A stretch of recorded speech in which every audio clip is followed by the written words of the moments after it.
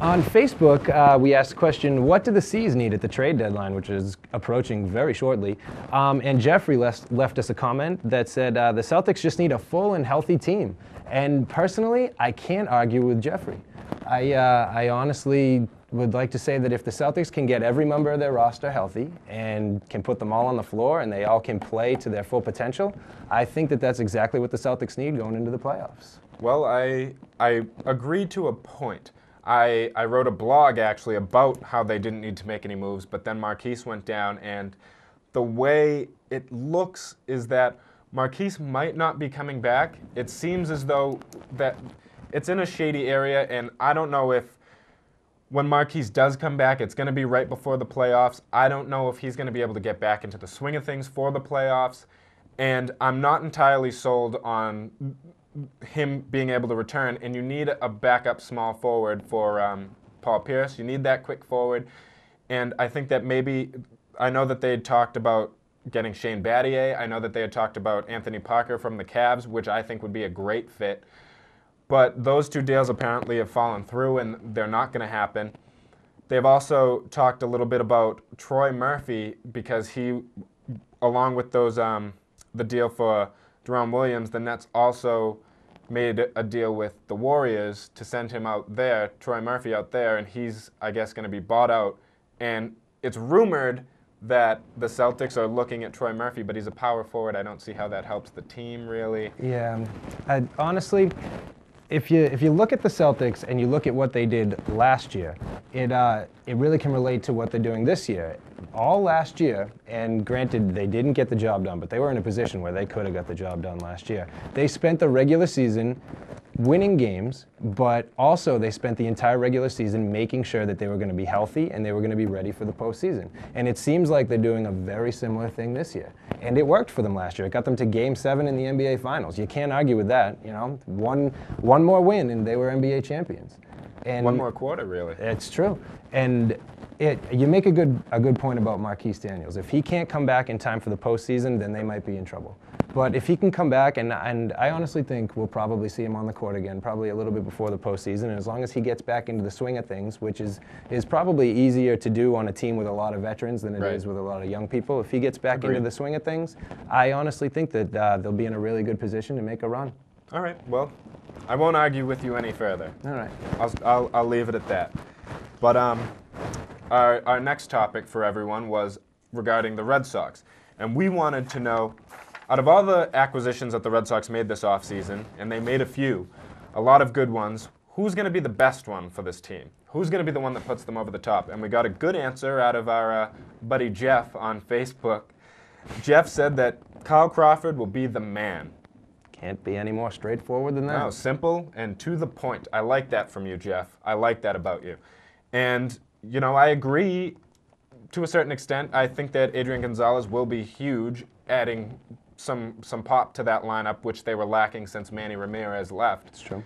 But I do think Kyle Crawford can do a lot. He's going to make it really tough for a ball to get down in that outfield, because you're going to have Ellsbury out there, and you're going to have Crawford out there patrolling the outfield for you, two of the fastest players in baseball. They're not even going to need a third outfielder. No. Nope.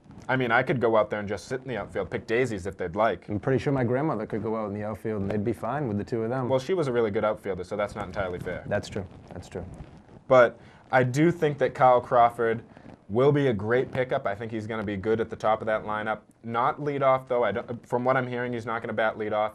But I do think he'll add a lot to this team, and he's going to add speed on the base paths, which will be a threat towards pitchers, get people hitting after him more fastballs because they're trying to get the ball to home plate quicker to keep him from running all over them. So he's the most dynamic player that they got, and it'll be huge. It'll be a big pickup. Wheeler and Jenks were also big pickups to solidify that bullpen. And, I mean, you can't go wrong with this question. You can't go wrong. No, in my opinion. All the moves that the Red Sox made, great moves. Any answer you can give, probably a good answer. And I just can't get over it because I love seeing that the Yankees didn't get what they wanted this season either. The Red Sox had a great offseason and the Yankees struggled. It was great to see. It's one of the best feelings in the world. It's beautiful, really. It really is. we do have another topic. We have one more question that we asked. The last question that we asked was, where will the Celtics finish this season? And Gary says that the Celtics are going to finish as the top seed in the East. And he said, hands up, hands down, no questions asked. Celtics are your #1 seed. And once again, straight to the point. Honestly, I'm not sure that I agree with Gary. I think that they could fall to 2, especially if they stick with this strategy of making sure they're healthy in the regular season. Right. I don't think that their #1 priority is going to be that top seed, although they could end up there even if it's not, because they're True. that good of a team. I hope not, but I do honestly think that there's a possibility they could fall to the 3 seed, because the Bulls have really started to heat up in the last couple weeks, and the Bulls are a very Yeah, good team. they really are. Only, I think, 2.5 games out of first place right now. So I think that the Bulls are probably pose one of the biggest threats to the Celtics this year. I've said that at the beginning of the season because they made great moves that I thought really put them ahead of the pack, and it brought them right back up to fight with Miami. I think that their offseason was almost as good as the Miami Heat, but of course I think that the Miami Heat's offseason was overrated because they just went out and got LeBron and Bosh and didn't really add pieces to that. So I don't think that the Heat are going to end up with that #1 seed. I don't see them surpassing the Celtics. I think that the Bulls have a shot, and to me it really depends on injury.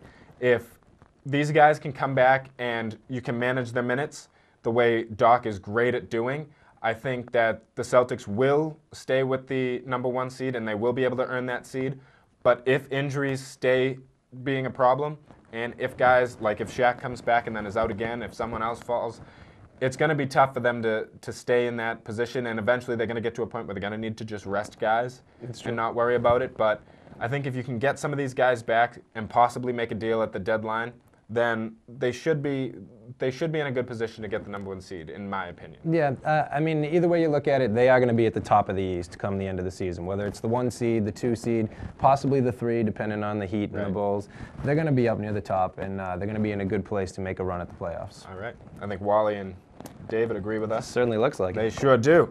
Absolutely. And now we're going to move on to really what is my favorite part of the show. I love getting you guys' opinion, but I love Twitter chatter. And that's what we've got coming up next for you. Now, Twitter chatter is where we, go on Twitter, just see what's going on, in the sports culture, in the sports world. And I have my favorite tweet over the last 2 weeks since the last show, and it comes from my personal friend. I'm really cool with him. Yeah. Ocho Cinco. And Ocho Cinco had to say, nothing to do, riding a Target for no dang reason at all, listening to Greg Allman. I know I'm not the only one to go to Target just to be going. Well, all right, Ocho Cinco. I think that this tweet was just Ocho Cinco trying to tell us that when he's bored, he wants to see what it's like to live as a poor man. That's what it sounds like to me. Because Ocho Cinco has no business shopping at Target. But not too poor. Right. He didn't go to Walmart. That's actually a great point. He wasn't on WalmartPeople.com, so I mean, he's all right. But let's also point out the fact that he ended this tweet with a question mark that had no business being there. That's true. But he's Ocho Cinco. He does a little crazy things. Yeah, no, that's He's out of That's out of what his he mind does. a bit, kind of like my tweet last week from Ron Artest. And I mean, he's had gold. it's true. He's had some gold. I didn't know if I could go with Ron Artest again, so I went with Ocho Cinco. It's good to change it up. But I will recommend that you go check out Ron Artest's Twitter, and check out our Twitter, too, the Twitter for this this page. But I'm getting off track. I'm getting off topic. Yeah, speaking of good tweets, I decided to go with a Dwayne Wade tweet today. And Dwayne Wade tweeted, "Congrats to JJ on winning that 3-point contest. Way to give us our first win over Boston." I thought that was really funny. Gave me a big smile just because it reminded me that the Heat have not beat the Celtics yet this season, and I thought that was great. James Jones did beat Paul Pierce and Ray Allen in the final round of the 3-point competition, well. but what are you going to do? 3-point competitions don't bring you championships, so... Nope. They don't bring you anything but a really awkward trophy. Yep. And the rest of your team doesn't get one. I mean, LeBron still doesn't have a ring because of it. Nope, and... He doesn't even have the trophy. No. It's JJ's. Yeah, So you're absolutely right. I mean, he can look at it. Good for James Jones, Yeah. but The other thing, not great for the the Heat. other thing that I wanted to point out seems. I mean, I realize that Dwayne Wade was using a sense of humor when he wrote this tweet, but it seems to me like they might be a little frustrated in Miami that they can't get a win over Boston. I think they are, and Should be. Yeah, and that brings a smile to my face. I love it, and I think that it's going to continue, and I hope it is, because certainly hope it is. I don't care too much for the Miami lukewarm, No, neither do I. the Miami room temperature. The Miami cold. I mean, they have the big three, but what they don't know is that we have 4 aces. This is true. They have 3 kings, we have 4 aces. 4 aces beats 3 kings, right? The problem is all they have is a big 3. There you go. That's brilliant right there. See, I told you, you wouldn't miss Tanya too much. You No. miss her, admit it, but not too much. He's got gold. It's true. I should have dressed like her, though. I should have thrown the miniskirt on. You look good in that. You have the legs for it. I do. But it's about time for us to sign off. So first, we just want to let you know where you can contact us. You know that we have our Facebook, Twitter, and YouTube page, and you can find us on Facebook if you search Sports Chat, and the A has to be an @ sign, and you'll be able to find us easy. You can also, I think if you Google Sports Chat spelled that way, it will pop up our Facebook page. Also, you can find us on Twitter at WA Sports Chat, and also on YouTube, you can find us at WA Sports Chat. We already have the first episode up there, so get on over there and check it out if you didn't see it. And now, watch this one, because this one is pure gold. This one's bound to be a hit. And I'm here. anything else? Do you have any closing words? Any parting gifts I for guess the fans? all I have left to say is peace up. A-Town down. 2 fingers. We're out. All right, we're out. We'll see you guys next time. I'm Brian Mahler. I'm RJ Pomelo. And all I want to know, I don't really want to know anything. I just want to hit a piece of paper. Good night, folks. We'll see you next time. You have a good one.